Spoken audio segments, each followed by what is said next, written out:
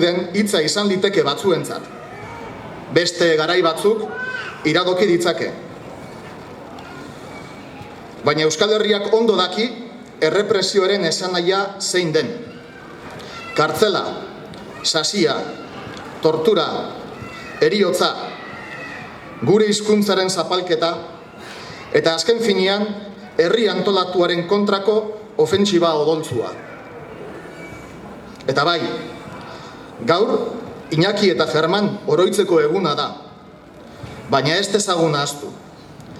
Errepresioa etzen pasatu den garaiarekin amaitu.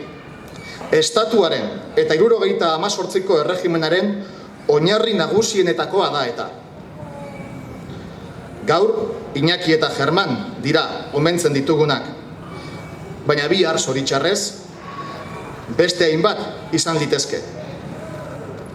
Hortaz, oroimen ariketa honek bere zentzua gal ez dezan, oroimena borrokan eraikitzea datorkigu.